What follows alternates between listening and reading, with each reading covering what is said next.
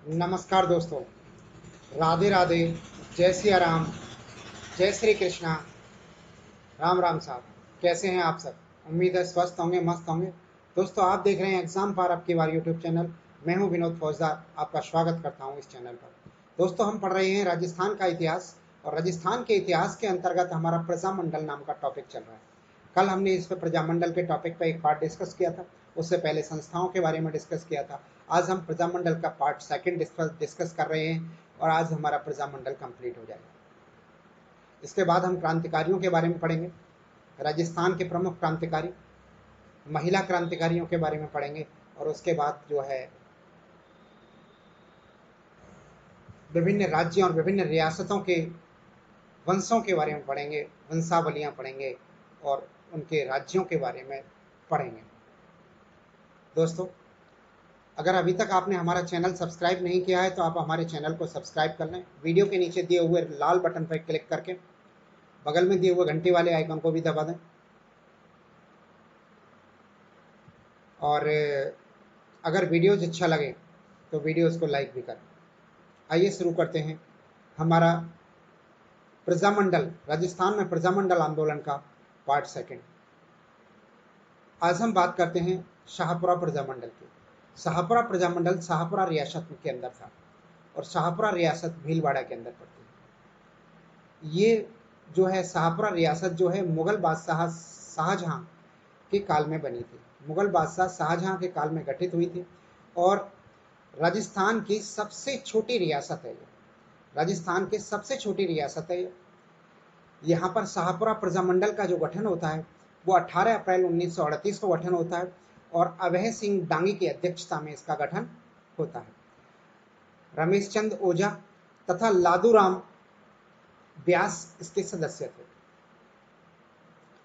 शाहपुरा राजस्थान की एक ऐसी रियासत थी, शाहपुरा रियासत जो है, शाहपुरा राजस्थान की एक ऐसी रियासत थी जिसने कि स्वतंत्रता से एक दिन पूर्व ही, यानी कि 14 अगस्त 1947 को उत्तरदायी शासन की स्थापना कर दी थी। कुल मिला के प्रश्न पूछा जाता है कि राजस्थान में उत्तरदायी शासन की स्थापना करने वाली पहली रियासत कौन सी थी? तो पहली रियासत शाहपुरा रियासत थी, जिसने कि सबसे पहले उत्तरदायी शासन की, या फिर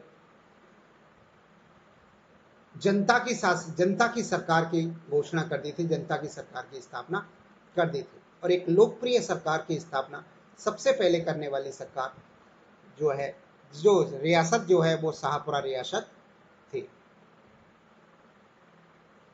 आगे बात करते हैं अपन अगली रियासत की, वो है अगली प्रजामंडल की, वो है जैसलमेर प्रजामंडल। जैसलमेर प्रजामंडल, और एक दूसरा और है इसमें कि जैसलमेर प्रजा परिषद। यहाँ पर दो का गठन हुआ था एक साथ। जैसलमेर प्रजा परिषद का गठन हुआ था, और जैसलमेर प्रजामंडल का गठन हुआ था। पहले बात करते हैं जैसलमेर प्रजा परिषद की। तो जैसलमेर प्रजा परिषद का गठन महाराज ने स्वयं करवाया था। यहाँ के राजा जो थे, जैसलमेर के जो शासक थे, उनके कहने पर हुआ था। 1939 में जैसलमेर प्रजामंडल को शिव शंकर गोपा के द्वारा गठित किया गया था 1939 में। यह संस्था जो है सरकार के इशारों पे कार्य करती थी। सरकार के इशारों, क्योंकि जैसलमेर के महाराज के द्वारा, जैसलमेर नरेश के द्वारा स्वयं इसको गठित कराया गया था। तो यह संस्था जैसलमेर नरेश के इशारों पर ही काम करती थी, और इसका मुख्य कार्य यह था, इसको गठित करने का मुख्य कार्य था कि जैसलमेर प्रजामंडल को किसी भी प्रकार से असफल किया जाए। जैसलमेर प्रजामंडल को असफल करना इसका मुख्य उद्देश्य था जैसलमेर प्रजा परिषद का। जबकि जैसलमेर प्रजामंडल की बात करें तो जैसलमेर प्रजामंडल का गठन जो है 15 दिसंबर 1945 में हुआ था। मीठालाल व्यास के द्वारा किया गया था। मीठालाल व्यास के द्वारा जैसलमेर प्रजामंडल का गठन किया गया था, और जोधपुर राज्य के अंदर हुआ था, क्योंकि जैसलमेर का राजा तो चाहता ही नहीं था इसको प्रजामंडल का गठन। तो जोधपुर राज्य के अंदर जो है मीठालाल व्यास के द्वारा जैसलमेर प्रजामंडल का गठन 15 दिसंबर 1945 को किया गया था। इसके एक सदस्य जो थे सागरमल गोपा भी इसके सदस्य थे। सागरमल गोपा जैसलमेर के एक प्रमुख क्रांतिकारी थे, जिनकी की जैसलमेर की जेल में ही हत्या कर दी गई थी। इन्हें जिंदा जला दिया गया था, मिट्टी का तेल छिड़क के इन्हें जिंदा जला दिया गया था। इनकी कुछ प्रमुख पुस्तकें हैं, जैसलमेर सागरमल गोपा की जो कि पुस्तकें पूछी जाती हैं एग्जाम के अंदर, वो 3 प्रमुख पुस्तकें वो हैं। पहली है जैसलमेर का गुंडाराज, दूसरी आज़ादी के दीवाने और तीसरी है रघुनाथ सिंह का मुकदमा। ये 3 पुस्तकें इन्होंने जेल में रहते हुए लिखी थी सागरमल गोपा ने। ये 3 पुस्तकें बहुत प्रमुख हैं जो कि एग्जाम में अक्सर करके पूछी जाती हैं। इसके आगे बात करते हैं अपन बूंदी प्रजामंडल की। बूंदी प्रजामंडल 1931 में कांतिलाल के द्वारा गठित किया गया था, जबकि बूंदी प्रजा परिषद का गठन 1944 में हुआ था और हरि मोहन माथुर और ब्रज सुंदर शर्मा के द्वारा गठन किया गया था। बूंदी प्रजामंडल का गठन कांतिलाल के द्वारा 1931 में कर लिया गया था, जबकि बूंदी प्रजा परिषद का गठन 1944 में हरिमोहन माथुर और ब्रज सुंदर शर्मा के द्वारा किया गया था। इसके बाद बात करते हैं डूंगरपुर प्रजामंडल की। तो डूंगरपुर प्रजामंडल की स्थापना जो है 26 जनवरी 1944 को हुई थी। 26 जनवरी 1944 को भोगीलाल पांड्या की अध्यक्षता में हुई थी। भोगीलाल पांड्या कौन है? ये जो है माणिकलाल वर्मा के शिष्य थे भोगीलाल पांड्या। इन्हें बांगड़ के गांधी के नाम से जाना जाता है। बांगड़ के गांधी की उपाधि दी गई है भोगीलाल पांड्या को। बांगड़ के गांधी कौन है? क्वेश्चन आता है, बांगड़ के गांधी किसे कहते हैं? तो भोगीलाल पांड्या को। और बांगड़ क्षेत्र कौन सा है? डूंगरपुर और बांसवाड़ा वाला क्षेत्र बांगड़ क्षेत्र कहलाता है। बांगड़ क्षेत्र में राजनीतिक जनचेतना लाने का श्रेय जो है भोगीलाल पांड्या को दिया जाता है। बांगड़ क्षेत्र में राजनीतिक जनचेतना लाने का श्रेय इनको दिया जाता है। डूंगरपुर प्रजामंडल की स्थापना 26 जनवरी 1944 को भोगीलाल पांड्या की अध्यक्षता में हुई थी। इसके अन्य सदस्य कौन कौन से थे? तो इसके अन्य सदस्य जो थे वो माणिकलाल वर्मा, गौरीशंकर उपाध्याय, शिवलाल कोटड़िया और हरिदेव जोशी थे। डूंगरपुर प्रजामंडल के जो अन्य सदस्य थे भोगीलाल पांड्या की अध्यक्षता में जो गठित हुई, भोगीलाल पांड्या के अलावा माणिकलाल वर्मा, गौरीशंकर उपाध्याय, शिवलाल कोटड़िया और हरिदेव जोशी थे। डूंगरपुर सरकार एक ऐसी थी, राजस्थान की ऐसी पहली सरकार थी, ऐसी एकमात्र पहली सरकार थी जिसने पाठशालाओं तथा शिक्षण संस्थाओं को दंडनीय अपराध माना था, दंडनीय अपराध मानकर कठोर रवैया अपनाया था। डूंगरपुर सरकार नहीं चाहती थी कि उसके राज्य में पाठशालाएं खुलें, उसके राज्य में शिक्षण संस्थाएं खुलें और उसके राज्य में लोग जागरूक हों। अगर कोई पाठशाला खोलता था, कोई शिक्षण संस्थान खोलता था, वो एक दंडनीय अपराध था। दंडनीय अपराध मान के उसे दंड दिया जाता था। इस तरह के डूंगरपुर राज्य के अंदर 2 प्रमुख घटनाएं अक्सर करके एग्जाम में पूछी जाती है। वो 2 प्रमुख घटनाएं कौन सी हैं? पहली घटना है पूनावाला हत्याकांड। पूनावाड़ा हत्याकांड जो है डूंगरपुर राज्य के अंदर हुआ था और मई 1947 में हुआ था। इसमें क्या हुआ था कि भोगीलाल पांड्या की रचनात्मक संस्था सेवा संघ से प्रभावित होकर डूंगरपुर के पुनवाड़ा गांव में एक विद्यालय की स्थापना की गई थी। भोगीलाल पांड्या की रचनात्मक संस्था थी सेवा संघ। सेवा संघ का प्रमुख कार्य था लोगों में शिक्षा की जागृति लाना, विद्यालयों से जोड़ना, विद्यालयों को खुलवाना, ये इसका प्रमुख कार्य था। इस सेवा संघ से प्रभावित होकर डूंगरपुर के पूनावाड़ा गांव में भी एक विद्यालय की स्थापना की गई थी। लेकिन डूंगरपुर सरकार ने पूनावाड़ा गांव में संचालित विद्यालय को बंद करने का आदेश दे दिया था तथा विद्यालय को बंद नहीं करने पर शिक्षक शिवलाल भील को पीट कर यातनाएं देकर डूंगरपुर सरकार के सैनिकों ने मार दिया था। यानी कि जो पूनावाला गांव में विद्यालय खुला था, उस विद्यालय को बंद कराने के लिए डूंगरपुर सरकार ने आदेश दिया और डूंगरपुर सरकार के सैनिक आए और सैनिकों ने वहां के शिक्षक को, जो शिवलाल भील वहां पे शिक्षक था, उसको पीट पीट कर यातनाएं देकर मार डाला था। और इस तरह से ये विद्यालय बंद कराया था, पूनावाला विद्यालय। इसके बाद में एक घटना और होती है, वो है रास्तापाल हत्याकांड। रास्तापाल भी एक गांव का नाम है। रास्तापाल हत्याकांड 19 जून और 21 जून 1947 में हुआ था। 2 दिन हुआ था, 19 जून को और 21 जून को। इसमें भी शिक्षकों को मारा गया था। 19 जून को एक शिक्षक को मारा गया था और 21 जून को दूसरे शिक्षक को और एक वीर बालिका को मारा गया था। दोस्तों, डूंगरपुर सरकार ने इस विद्यालय को भी बंद कराने के लिए आदेश दिए थे। रास्तापाल गांव में एक विद्यालय था। इस विद्यालय के अंदर राष्ट्रीय चेतना का तथा जन जागृति का कार्य किया जाता। जन जागृति का स्रोत था ये। राष्ट्रीय चेतना प्रजा जागृत करते थे लोगों के अंदर, और जन जागृति पैदा करने का एक प्रमुख केंद्र बना था ये विद्यालय जो है।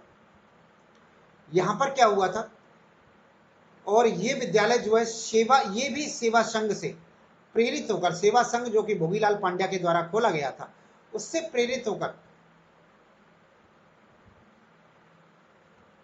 नानक भाई खांड और शेंगा भाई के द्वारा इस विद्यालय में इसका संचालन किया जा रहा था। नाना भाई खांड और शेंगा भाई जो है, ये दो इस विद्यालय के शिक्षक थे। जब डूंगरपुर की सरकार ने इस विद्यालय को बंद कराने का आदेश दिया, तो उस समय पर नाना भाई खांडे जो है उस विद्यालय के हेडमास्टर हुआ करते थे। इनसे विद्यालय बंद करने के लिए कहा, इन्होंने विद्यालय बंद नहीं किया, तो इन्हें नाना भाई खांड की पीट पीट कर हत्या कर दी गई। सैनिकों के द्वारा नाना भाई खांड की हत्या कर दी, और नाना भाई खांड की हत्या 19 जून को करी थी। 19 जून 1947 को नाना भाई खांड की हत्या कर दी थी। इसके बावजूद सेंगा भाई ने विद्यालय बंद नहीं किया। सेंगा भाई ने विद्यालय का कार्य जारी रखा। तो 21 जून को फिर डूंगरपुर सरकार के सैनिक आते हैं और सेंगा भाई खांड को विद्यालय बंद न करने की सजा देते हैं। सजा में ये इसको रस्सी से बांध देते हैं पूरा, और रस्सी से बांध के अपनी जीप से, पुलिस वाले जो आते हैं, सैनिक आते हैं, अपनी जीप से खींच कर ले जाते हैं। जीप के पीछे पूरे रस्सी को बांध के दोनों हाथों से जीप से खींच कर ले जाते हैं, जैसे किसी लकड़ी को खींच के ले जा रहे हो, इस तरह से खींच के ले जाते हैं। तो इस सीन को वहां पे खड़ी हुई एक 13 वर्षीय भील बालिका, कालीबाई नाम की एक भील बालिका थी, एक वीर बहादुर बालिका थी, साहसी बालिका थी, साहसी बालिका कह सकते हैं, बहुत साहसी बालिका थी। वो देख रही थी और वो इस विद्यालय में पढ़ती थी। उसे अपने गुरु की ये दशा नहीं देखी गई। उसके हाथ में दराती थी, जिससे कि दराती से सब्जी काटी जाती है या फसल को काटने का काम में लेते हैं, वो दराती उसके हाथ में थी। उसने दौड़ लगा के जो रस्सी से बांध के उसके शिक्षक को खींच रहे थे, उसने रस्सी को एक ही बार में काट दिया था, एक ही बार में काट दिया था, और अब पुलिस के हाथ से मुक्त करा दिया था अपने शिक्षक को। लेकिन उसका शिक्षक रस्सी में जकड़ा हुआ था, रस्सी से बंधा हुआ था। उस रस्सी से बंधे हुए शिक्षक को खोलने के लिए वो साहसी बालिका झुकी और अपने शिक्षक को रस्सी से मुक्त करना चाहती थी, लेकिन पुलिस वालों ने पीछे से धोखे से उस वीर बालिका पे, उस साहसी बालिका की पीठ पे गोली मार दी। तो वो बालिका, साहसी बालिका, 13 वर्ष की मात्र बालिका थी, वो बालिका वहीं पर शहीद हो गई। और बाद में सेंगा भाई को भी पीट पीट कर मार डाला, सेंगा भाई को भी मार डाला। और ये घटना 21 जून 1947 को हुई थी। इस दोहरे हत्याकांड को, तिहरे हत्याकांड के विरोध में काफी आवाज उठी थी। वहां पे कई गांवों के हजारों सैनिक, कई हजार सैनिक, कहते हैं 12,000, सॉरी सैनिक नहीं, किसान, 12,000 भील किसान, 12,000 भील इकट्ठे हो गए थे और उन्होंने राजा के विरुद्ध बिगुल फूंक दिया था। लेकिन बाद में भीलों के मसीहा मोतीलाल तेजावत और महात्मा गांधी के कहने पर वो मान गए थे। इस जगह पर रास्तापाल गांव में आज भी इस साहसी बालिका के, कालीबाई के जो है स्मारक बना हुआ है। कालीबाई के साथ में दोनों शिक्षकों का भी स्मारक है, लेकिन इसको कालीबाई स्मारक के नाम से जानते हैं। इसके बाद में बात करते हैं बांसवाड़ा प्रजामंडल की। तो बांसवाड़ा प्रजामंडल का जो गठन हुआ है, वो बांसवाड़ा प्रजामंडल का गठन करने वाले थे भूपेंद्र नाथ त्रिवेदी,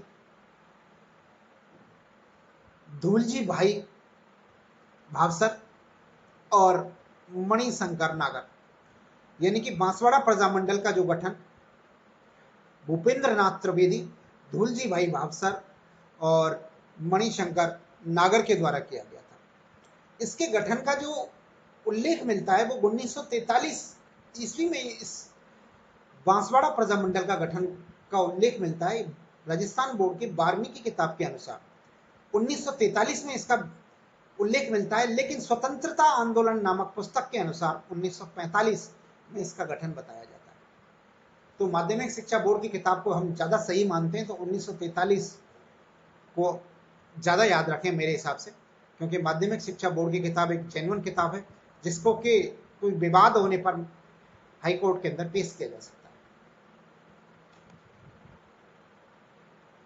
अगला है मारवाड़ प्रजामंडल, जिसे जोधपुर प्रजामंडल भी कहते हैं। मारवाड़ प्रजामंडल का गठन हुआ। मारवाड़ प्रजामंडल में एक क्वेश्चन बहुत पूछा जाता है कृष्णा दिवस, कि कृष्णा दिवस का संबंध किससे है। तो कृष्णा दिवस का संबंध जो है मारवाड़ प्रजामंडल से या जोधपुर प्रजामंडल से है। एक और दिवस पूछा जाता है कि बीरबल दिवस का संबंध किससे है। तो बीरबल दिवस का संबंध बीकानेर प्रजामंडल से है, जबकि कृष्णा दिवस का संबंध जो है मारवाड़ प्रजामंडल से। कृष्णा दिवस क्या है? कृष्णा दिवस दोस्तों 1936 ईस्वी में कृष्णा नाम की एक युवा महिला थी, जोधपुर की एक युवा महिला थी कृष्णा नाम की। इस कृष्णा नाम की महिला को राज परिवार के सदस्य के द्वारा अपहरण कर लिया गया था। राज परिवार के सदस्यों के द्वारा अपहरण कर लिया गया था और राजमाता के कहने पर उसके भाई के पास इसको भिजवा दिया गया था। बाद में उसके भाई ने इसकी शादी करा दी थी किसी अपने परिवार के सदस्य से, इसकी जबरदस्ती शादी करा दी थी कृष्णा की।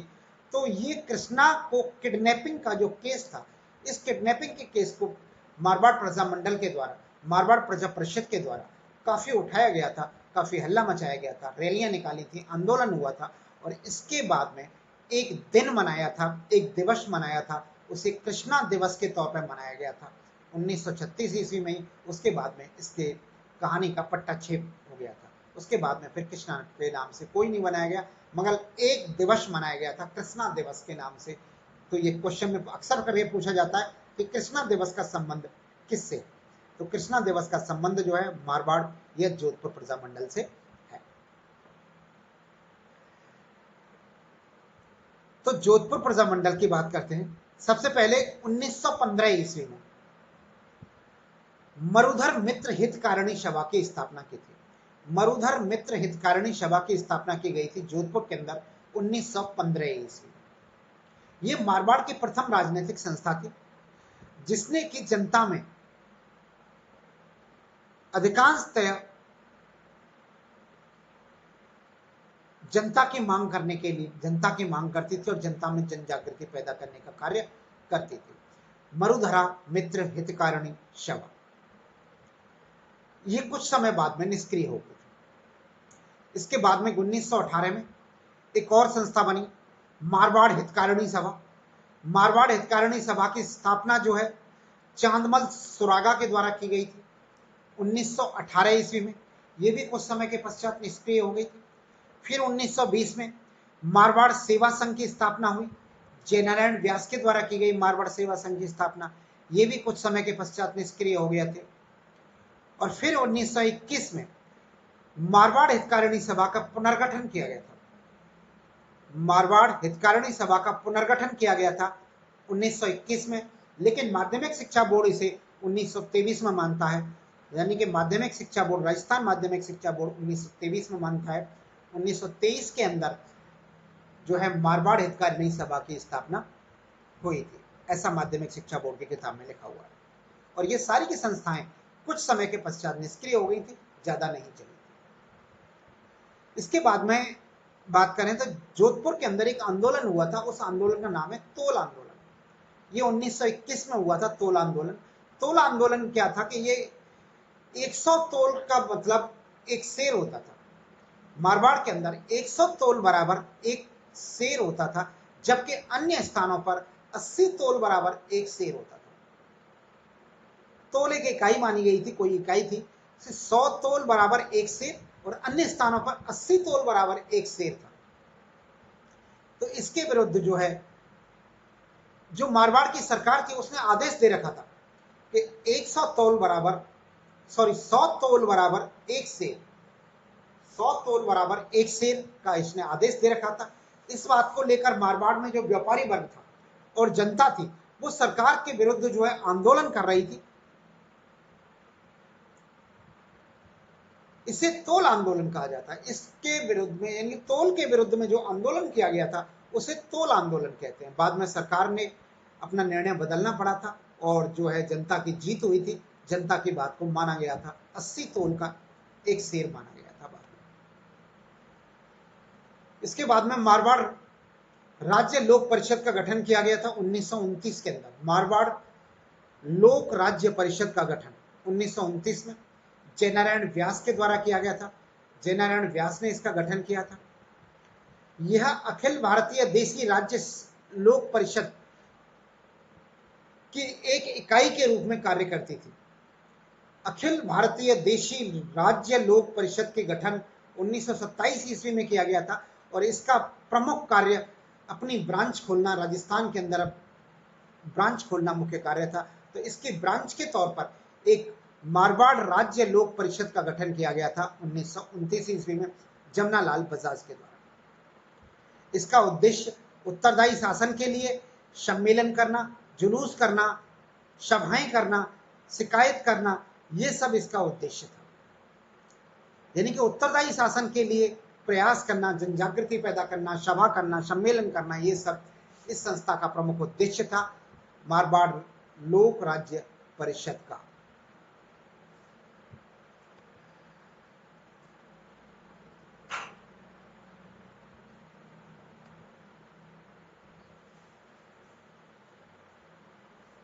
मारवाड़ राज्य लोक परिषद का अधिवेशन की बात करें तो जयनारायण व्यास ने 1929 ईस्वी में मारवाड़ राज्य लोक परिषद का जोधपुर में प्रथम अधिवेशन बुलाया था।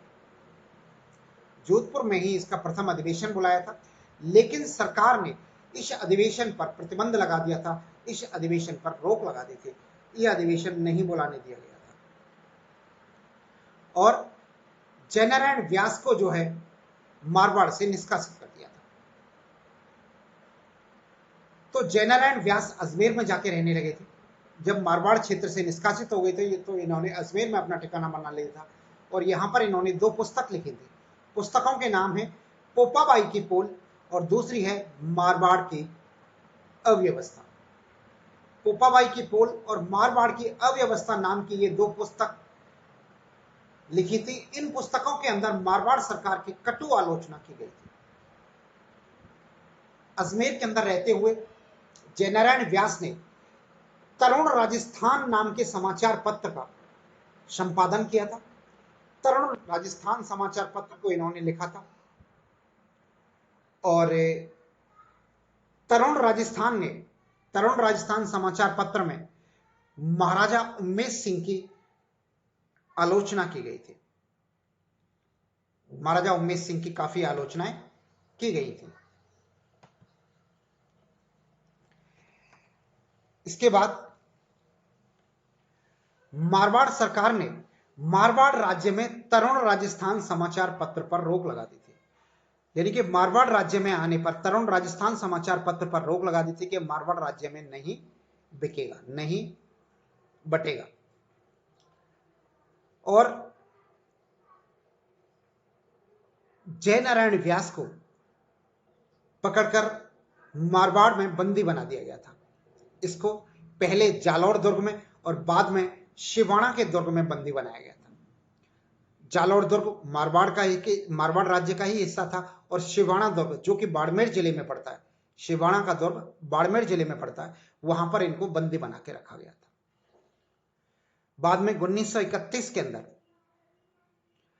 गांधी इरविन समझौता हुआ था। एक राष्ट्रीय स्तर पर एक समझौता हुआ था, गांधी इरविन समझौता।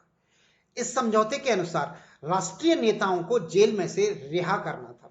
गांधी जी ने कहा था, इरविन साहब से जो समझौता किया था उस समझौते के अनुसार जो भी राष्ट्रीय नेता जेलों में बंद थे पूरे देश के अंदर, उन सब नेताओं को जेल से रिहा करना इस समझौते का एक भाग था। इस समझौते के तहत जयनारायण व्यास को भी जेल से छोड़ दिया गया था। ये भी जेल से छोड़ दिए गए थे 1931 ईस्वी में। बाद में इन्होंने मारवाड़ यूथ लीग और बाल भारत सभा की स्थापना करी 1931 ईस्वी में। दो संस्थाओं की स्थापना जयनारायण व्यास के द्वारा की गई थी। इन संस्थाओं का गठन जोधपुर राज्य के अंदर ही किया गया था, यानी कि मारवाड़ यूथ लीग और बाल भारत सभा, इन दोनों संस्थाओं के गठन 1931 ईस्वी में जयनारायण व्यास के द्वारा किया गया था। जयनारायण व्यास ने तरुण राजस्थान समाचार पत्र में एक लेख लिखा था। जब तरुण राजस्थान पत्र का समाचार का जो संपादन करते थे उस समय पे एक लेख लिखा था, और उस लेख में जो है जोधपुर के महाराज की आलोचना की गई थी, और उसमें इन्होंने लिखा था कि मारवाड़ नरेश महाराज उमेश सिंह उस सफेद बोतल के समान है जो वस्तु के रंग के समान दिखाई देती है। यानी कि बोतल के अंदर जिस प्रकार की वस्तु भरी होती है उसी प्रकार की बोतल दिखाई देती है। जोधपुर महाराज नरेश उस सफेद बोतल के समान है। आगे उन्होंने लिखा था कि पहले सुखदेव के समय पर महाराज सुखदेव शाही थे, और बाद में राव नरपत के समय पर नरपत शाही दिखाई देते थे। यानी कि जब सुखदेव था महाराज के साथ में, सुखदेव मंत्री था, उस समय पर सुखदेव शाही, और जब नरपत था तो नरपत शाही दिखाई देते थे महाराज उमेश सिंह।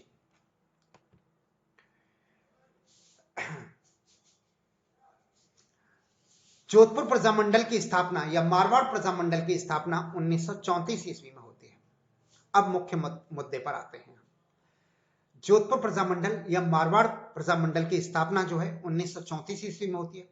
इसकी अध्यक्षता भवनलाल सर्राफ ने की थी, और मंत्री जो है अभयराम जैन को बनाया गया था। सदस्यों की बात करें तो रणछोड़ दास गट्ठानी और पुरुषोत्तम नैयर इस जोधपुर प्रजामंडल के सदस्य थे।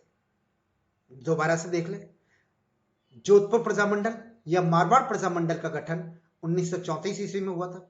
इसकी अध्यक्षता भंवरलाल सर्राफ ने करी थी, और मंत्री अभयराम जैन को बनाया गया था। अन्य सदस्यों में रणछोड़ दास गठानी और पुरुषोत्तम नैयर जो है इसके सदस्य थे। इस संस्था का प्रमुख उद्देश्य उत्तरदायी शासन की स्थापना करना, शिक्षा का प्रसार प्रचार करना तथा जनता में राजनीतिक जागृति उत्पन्न करना ही इस संस्था का प्रमुख उद्देश्य था।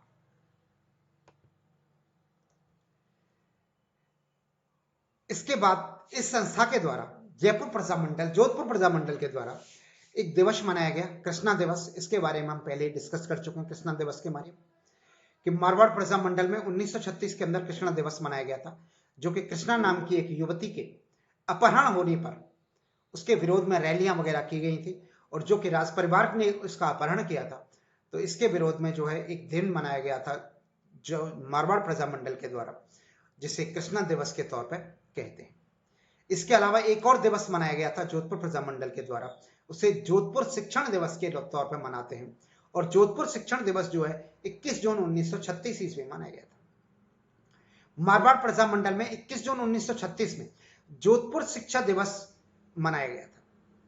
कारण जोधपुर के प्रधानमंत्री थे, जोधपुर में जो प्रधानमंत्री थे डोनाल्ड डी एम फील्ड ने स्कूल और कॉलेजों की फीस में वृद्धि कर दी थी, इसलिए मारवाड़ प्रजामंडल ने यह दिवस मनाया था। यानी कि मारवाड़ प्रजामंडल ने दिवस इसलिए मनाया था जोधपुर शिक्षा दिवस, क्योंकि जोधपुर के प्रधानमंत्री डोनाल्ड डी एम फील्ड ने स्कूल और कॉलेजों की फीस में वृद्धि कर दी थी 1936 के अंदर, तो यह दिवस 21 जून 1936 में मनाया गया।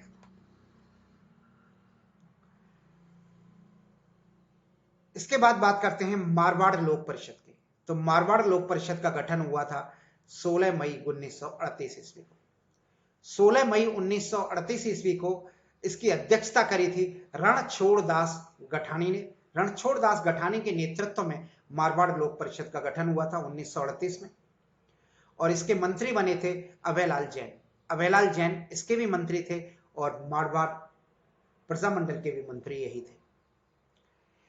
इस संस्था ने मारवाड़ में प्रजामंडल के रूप में कार्य किया था। इस संस्था का जो प्रमुख कार्य किया था वो प्रजामंडल के तौर पर कार्य किया था, और इस संस्था ने 2 अधिवेशन भी हुए थे। इस संस्था के अंतर्गत 2 अधिवेशन भी बुलाए गए थे। यहीं पर इसी प्रजामंडल के अंदर, जोधपुर प्रजामंडल या मारवाड़ प्रजामंडल के अंदर एक हत्याकांड हुआ था। उस हत्याकांड को कहते हैं डाबड़ा हत्याकांड। और ये डाबड़ा हत्याकांड जो है 13 मार्च 1947 को हुआ था। 13 मार्च 1947 को डाबड़ा गांव में हुआ था। डाबड़ा हत्याकांड डाबड़ा गांव में हुआ था, और डाबड़ा गांव डीडवाना में है, और डीडवाना नागौर जिले के अंदर आता है वर्तमान में। उस समय पर यह मारवाड़ रियासत का हिस्सा हुआ करता था आजादी से पहले। तो डाबड़ा गांव में एक जागीरदार थे। डाबड़ा गांव में जागीरदार जी रहा करते थे, जागीरदार थे। उस जागीरदार के मना करने के बावजूद डाबड़ा गांव में एक 5-6 हजार किसानों की एक सभा होती है, और उस सभा पर डाबड़ा गांव के जागीरदार के सैनिकों ने सभा पे हमला कर दिया था, और इस सभा पे हमले की वजह से कई लोग मारे गए थे, जिनमें से कुछ प्रमुख लोग पन्नालाल, चुन्नीलाल, निम्बी जोधा और नंदाराम आदि लोग मारे गए थे। इन लोगों को मारे जाने की वजह से इस गांव जो है कांड को डाबड़ा हत्याकांड के नाम से जानते हैं। डाबड़ा हत्याकांड, जागीरदारों ने किसानों पर लाठियां चलवाई थी, गोलियां चलवाई थी। इसकी वजह से कई लोग मारे गए थे, जिसे डाबड़ा हत्याकांड कहते हैं। क्योंकि जागीरदार के मना करने के बावजूद यहाँ पर 5-6 हजार किसान इकट्ठे हो गए थे और सम्मेलन कर रहे थे। इसे डाबड़ा हत्याकांड कहते हैं। डीडवाना नागौर के अंदर पड़ता है। इसके बाद में हम बात करते हैं बीकानेर प्रजामंडल। बीकानेर प्रजामंडल के अंदर भी एक वीरबल दिवस मनाया गया था। क्वेश्चन अगर पूछा जाए कि वीरबल दिवस का संबंध किससे है, तो हमारा आंसर होगा बीकानेर मंडल से।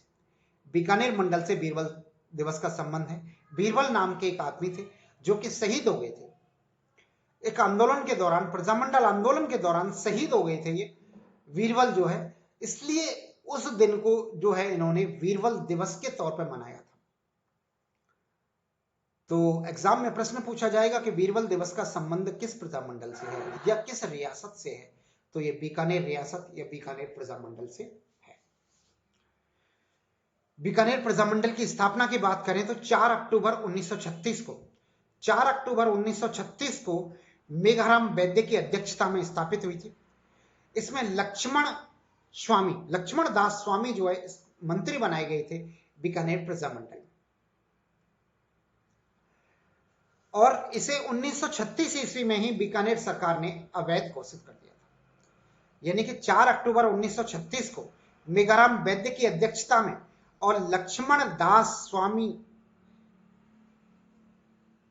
जो मंत्री थे इस संस्था को बनाया गया था बीकानेर प्रजामंडल को, और इसे 1936 में ही बीकानेर सरकार के द्वारा अवैध घोषित कर दिया गया था।